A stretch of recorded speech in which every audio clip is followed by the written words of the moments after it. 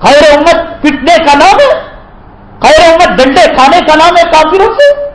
مسلمانوں، کیا جب ہم گئے تھے پہاڑوں کے پاس، پہاڑوں نے ہماری بات کو نہیں مانا، ہوا نے ہماری بات کو نہیں مانا، مچھلیوں نے ہماری بات کو نہیں مانا؟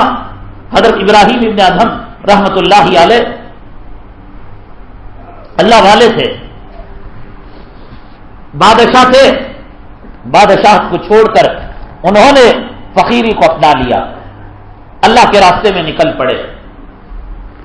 تو ان کے زمانے کا جو وزیر تھا وہ بادشاہ بن گیا۔ تو حضرت ایک مرتبہ دریا کے کنارے بیٹھ کر اپنی جو گدڑی ہوتی ہے، اپنا جو کپڑا ہوتا ہے، چادر ہوتی ہے، اس میں پیوند لگا رہے تھے۔ اب یہ دنیا کی ریت ہے صاحب، جو حق پر چلتا ہے اس کو تانے دیے جاتے ہیں۔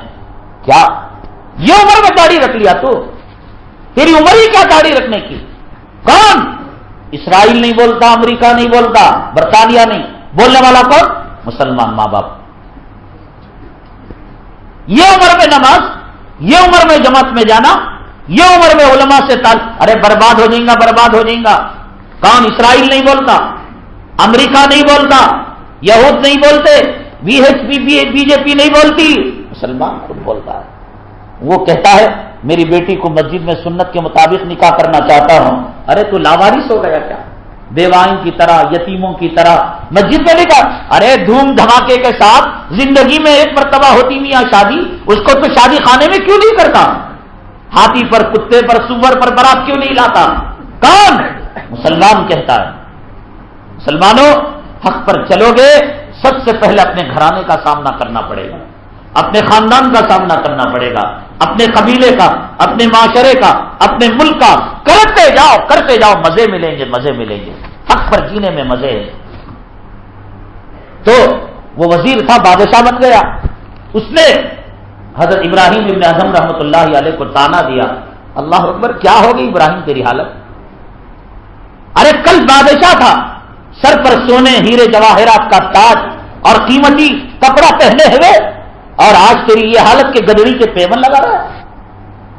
یاد رکھو مسلمانوں، یاد رکھو، یہ ممبر پر کھڑے ہونے والے، یہ محرابوں میں کھڑے ہونے والے، یہ نبی کے جانشین، یہ نبی کے وارث، یہ نبی کے خلیفہ، تم کو ان کی سیکل نظر آتی ہوگی، تم کو ان کے پیمن لگے کپڑے اور سادہ زندگی نظر آتی ہوگی۔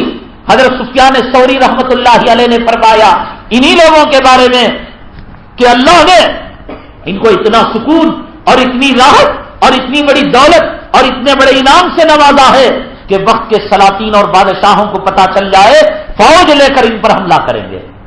تم نہیں جانتے اس سینے میں قرآن ہے، اس قرآن کی کتنی برکتیں ہیں، اس جسم پر اسلامی لباس ہے مجاہدوں کا، اس لباس کی کتنی کرامتیں ہیں، اس چہرے پر نبی کی سنت ہے، اس سنت کی کتنی برکتیں ہیں۔ مسلمانوں، تم نہیں جانتے، تمہیں ٹی وی کی قدر و قیمت، ایل سی ڈی کی قدر و قیمت، رنڈیوں کے کپڑوں کی قدر و قیمت، بلڈنگوں کی، عمارتوں کی، اور تاج محل اور لال قلعے کی قدر و قیمت ہے۔ مجھے بتاؤ ایک بات بتاؤ، اللہ کو اپنے نبی سے محبت تھی نہیں تھی؟ ہے نا؟ بے شک محبت تھی۔ اللہ، یہ جو داڑھی ہے یہ نبی کی سنت ہے نہیں؟ تو اللہ تبارک تعالیٰ اگر خدا نہ کرے میں آپ کے اس علاقے میں مسافر ہوں، مہمان ہوں، میں ایک آپ کو قیمتی تحفہ دے کر جا رہا ہوں، دیکھو قدم نہ ہٹانا اور مرتے دم تک یہ ذلیل اور برا کام نہ کرنا۔ اور اگر بیوی کہے کہ نا جی میں نہیں مانتی، بیوی کو چھوڑ دو، بیوی ملے گی، پیغمبر نہیں ملیں گے۔ اولاد کہے گی ہم گھر سے نکال دیں گے، بھیک مانگ کر کھا لینا، اولاد مل جائے گی، کسی اور سے بیاہ کر لیں گے، محمد کا پیارا سایہ نہیں ملے گا صلی اللہ علیہ وسلم۔ اللہ تبارک تعالیٰ نبی کے کسی جسم کے حصے کو کیا جہنم میں داخل کریں گے؟ ہرگز نہیں کریں گے۔ اگر ہم سے گناہ ہو گیا، ہم سے غلطی ہو گئی، ایسا تو نہیں ہوگا کہ بھئی ہمارے گلے کو کاٹ کر یہ چہرہ الگ کر دیا کہ بھئی یہاں داڑھی ہے اور نبی کی سنت ہے، چلو دھڑ کو داخل کر دے۔ یہ اللہ کی شان رحمت سے بعید ہے۔ اگر گناہ کیا ہم نے، اگر ہم جہنم کے مستحق بھی ہو گئے، یہ لکھ کر رکھ لو یہ نبی کی سنت کے صدقے میں اللہ ہمیں جہنم کی آگ سے بچا لے گا۔ مرتے مر جاؤ گے انگریز کے زیر ناک شرمگاہ کے نکالے ہوئے جھوٹے بلیٹ سے نبی کی سنت کو ذبح نہیں کرو گے انشاءاللہ۔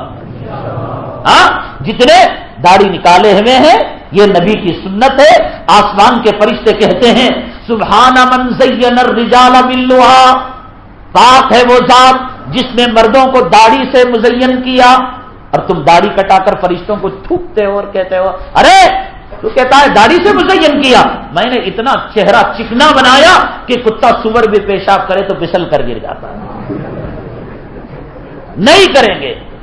خبر کے اندر جب دوسرا سوال ہوگا من رجل بعث فیکم، کون ہے آدمی جو تمہارے درمیان پیغمبر بنا کر بھیجا گیا؟ حدیث میں آتا ہے اللہ کے حبیب پاک صلی اللہ علیہ وسلم کو اپنی امت سے اتنا پیار ہوگا کہ اللہ کے حبیب پاک صلی اللہ علیہ وسلم ہماری قبر میں جلوہ افروز ہوں گے، چہرہ دکھائی دے گا، لیکن جس کے چہرے پر سنت نہیں ہوگی آقا اس کی قبر میں نہیں آئیں گے۔ حوض کوثر میں حضرت ابراہیم کے سامنے آزر جہنم میں جائے گا، حضرت لوط کے سامنے ان کی بیوی جہنم کے اندر جائے گی، حضرت نوح کے سامنے ان کا بیٹا جہنم میں جائے گا۔ آہا کتنی مہربانی ہے آپ کی کہ آپ شفاعت کا پروانہ لے کر امتوں کو دیں گے، آپ حوض کوثر کا پانی امت کو تقسیم کریں گے، لیکن جس کے چہرے پر سنت نہیں ہوگی، جو عورت اپنی زندگی میں پردہ استعمال نہیں کرے گی، آقا کہیں گے سحقن لکم سحقن لکم، نکل جاؤ میرے دربار سے، لمن بدل دینی بادی، کہ میرے بعد تم نے میرے دین کو بدل دیا، میرے چہرے کو بدل دیا۔ تمہارا باپ دے گا پانی، شفاعت کا پروانہ تمہارا پیر و مرشد دے گا، میرے آقا اگر ٹکرا دیں گے۔ آتی ہیں پریشانیاں، حق کے راستے میں پریشانیاں آتی ہیں۔ حضرت خباب ابن ارد کو پریشانی نہیں آئی، حضرت بلال کو پریشانی نہیں آئی، حضرت سمیہ کو پریشانی نہیں آئی، حضرت زنیرہ کو پریشانی نہیں آئی۔ کون صحابی جس کو پریشانی نہیں آئی؟ اشد البلائی انبیاء الامثل فالامثل، سب سے زیادہ پریشانیاں انبیاء علیہ الصلوۃ والسلام کو، اور جو جن کے قریب ہے اتنا سے اوپر آؤ، پریشانیاں آنا مقدر ہے۔ اگر یہ پریشانی دین کے نام پر نہ آئے، بیوی کے نام پر آئے گی، اولاد کے نام پر آئے گی، داماد کے نام پر آئے گی، کڈنی فیلر کے نام پر آئے گی، ہارٹ اٹیک کے نام پر آئے گی، کینسر کے نام پر آئے گی، بی پی کے نام پر آئے گی، شوگر کے نام پر آئے گی، وہ آئے گی دنیا والا کوئی رحم نہیں کرے گا، اور دین کے نام پر آئے گی سب ساتھ دینے کے لیے تیار، اور اس میں مزے ہی مزے، مزے ہی مزے۔